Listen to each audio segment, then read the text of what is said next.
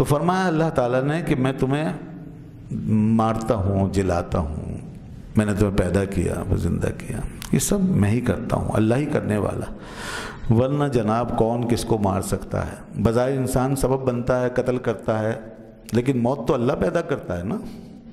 انسان اس لیے قاتل کہلاتا ہے کہ وہ ایک غلط کام کرتا ہے، اور وہ کام کرتا ہے جس کی اسے اجازت نہیں، تو جب کوئی کسی کو مار دیتا ہے تو اس لیے قاتل ہے، اس کے لیے سزا ہے، لیکن موت تو اللہ ہی پیدا کرتا ہے۔ کوئی یہ نہیں کہہ سکتا کہ میں اللہ کے بغیر اس کو مار رہا ہوں اور مار دوں گا، یہ کوئی نہیں کہہ سکتا۔ اللہ نے موت پیدا کی ہے تو پھر بندہ مرا ہے، اور اگر اللہ موت کو پیدا نہ کرے تو بندہ نہیں مر سکتا۔ اور بہت دفعہ ایسا ہوتا ہے کہ مارنے والے مارنا چاہتے ہیں مگر بچنے والا بچ جاتا ہے، نہیں مار سکتا، نہیں مر پاتا آدمی، یہ بھی ہوتا ہے، ہوتا رہتا ہے۔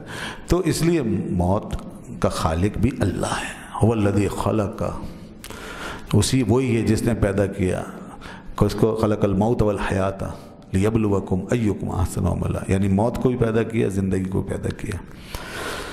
اور زندگی کے بارے میں تو پھر انسان کا اور بھی معاملہ سکڑ جاتا ہے۔ زندگی میں، موت میں تو پھر بھی انسان کسی کو وہ کر کے قتل کر کے مار دیتا ہے بظاہر، لیکن زندگی جو وہاں سے شروع ہوئی ہے، کہاں سے؟ خلیے سے شروع ہوتی ہے، وہاں تو کسی کے اچھے خان بھی نہیں پہنچتے، وہاں کسی کو پتہ ہی نہیں ہوتا کیا ہو گیا۔ پھر جو بندہ وہ پیدا ہوا، جو اس کے اندر جان پڑی، اس کا بھی کوئی نہیں۔ اور کوئی چاہے کہ کوئی ذریعہ، کوئی ایسا آلہ بنا کے جان ڈال دے، نہیں، یہ بھی نہیں ہوا، آج تک نہیں ہوا۔ سائنس اس معاملے میں بالکل اپنے ہاتھ باندھ کے کھڑی ہے اور بالکل بے بس ہے آج کا انسان۔ زندگی کے بارے میں تو اتنا بھی نہیں ہے۔ موت میں تو یہ ہے کہ حملہ کر دیا، اٹیک کیا، آلے بنایا، مار دیا، وہ تو ہو جاتا ہے، لیکن زندگی کے بارے میں اتنا بھی بس۔ بہت کوشش کی ہے سائنسدانوں نے زندگی پر قابو پانے کی، موت کے لیے بھی لڑ رہے ہیں، کوشش کر رہے ہیں موت پہ بھی قابو پائیں، اور جو موت آتی ہے وہ نہ آئے، لیکن موت آتی نہ آئے تو کوشش کر رہے ہیں، لیکن نہیں، کہاں سے ہوگا۔ زندگی کے حوالے سے انہوں نے یہ کیا کہ بہت تجربے کیے، اور انہوں نے یہاں تک تو دریافت کر لیا کہ حیات کا سلسلہ سیل سے شروع ہوتا ہے۔ اب جینیٹکس میں پورے ایک ایک چیز کی ریسرچ ہو گئی اور بڑی باریکی میں چلے گئے، اور ایک ایک سیل انہوں نے دیکھ لیا، گن لیے، شمار کر لیے، اندازے لگا لیے کہ ایک انسان میں، ایک زندہ وجود میں خربوں سیلز ہوتے ہیں، تو چھوٹے چھوٹے خربوں سیلز ہیں۔ پتہ چلا کہ اس پہ زندگی قائم ہے۔ وہ سیلز اپنی اپنی جگہ ایک پورا زندہ وجود ہیں، ان کا سائز بھی اتنا چھوٹا ہے کہ وہ آپ کی خودبین سے نظر آ سکتے ہیں، اور وہ خربوں کی تعداد میں ہے۔ یہ سب آج کی دریافت ہے۔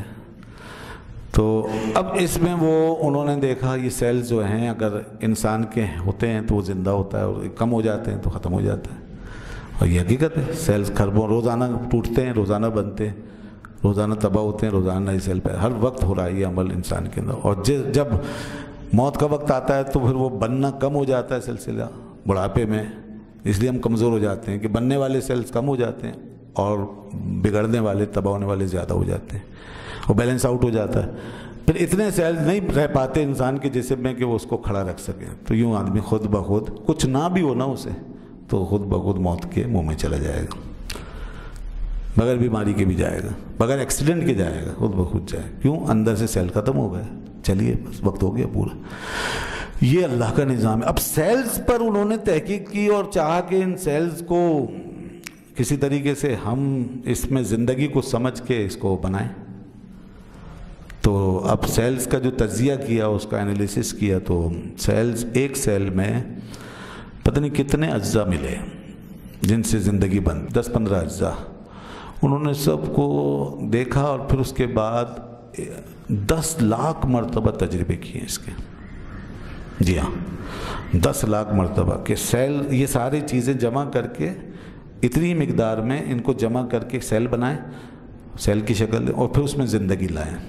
نہیں لا سکے، وہ زندہ نہیں ہو سکا، سیل مردہ کا مردہ رہا، ساری چیزیں جمع کر لیا لیکن سیل نہیں، وہ زندہ نہیں ہوا۔ یہاں آ کر کے ان کا بالکل ظاہر ہو گیا ان پر کہ یہ زندگی کچھ اور ہی معاملہ ہے، یہ اللہ کے ہاتھ میں ہے۔ ایک چھوٹے سے سیل میں پھونک دیتا ہے زندگی کو، اور پھر اس کے بعد انسان کو ایک روح سے جوڑتا ہے. یہ جو روح ہے نا ہماری، یہ اس کے لیے فرمایا کل روح من امر ربی، ہم یہ اللہ کے امر سے ہے. کہہ دو کہ یہ روح اللہ کے میرے رب کے امر سے. تو امر کیا ہے؟ حکم. تو یہ حکم اس کو کہاں سے لاؤ گے؟ آپ صرف یہ چیزیں جمع کر لو گے، مٹیریل جمع کر لو گے، اس کے اجزاء اکٹھے کر لو گے، لیکن حکم کہاں سے لاؤ گے؟ حکم تو اس کا ہے. وَلَا لَهُ الْخَلْقُ وَالْأَمْرُ. اور پھر جو چیزیں جمع کی ہیں نا، یہ بھی اللہ نے پیدا کی ہیں. سیل میں جو چیزیں، یہ بھی آپ نہیں بنا رہے.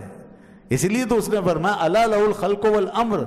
سنو کہ خلق یعنی یہ سب اشیاء اور امر اور ان کے اوپر نافذ ہونے والا حکم، یہ سب اللہ کا ہے. سب اللہ کا ہے. کوئی بھی کسی ایک ذرے کو بھی عدم سے وجود میں نہیں لا سکتا. ایک چیز نہیں ہے، بالکل نہیں ہے، لے کر آئے. جو ہے اسی کو جوڑ توڑ کر کے کچھ کریں گے اور بنائیں گے. ادروائز کوئی چیز عدم سے وجود میں نہیں آ سکتی. یہ طے ہے. لگا لیں زور جتنا بھی سائنسدان لگا سکتے ہیں.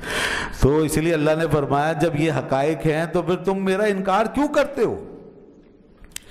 اور اب تو زیادہ مان لینا چاہیے جب انسان اتنا آگے تک جا چکا اور اپنی بے بسی دیکھ چکا. تو فرمایا تم الیہ ترجعون. لوگوں اللہ کو مان لو، پھر ورنہ تمہیں اللہ کے سامنے لوٹنا ہے، اسی کے سامنے کھڑے ہو کے دیکھنا ہے. پھر دیکھو یہ ہے اللہ. پھر کیا ہوگا انسان کا؟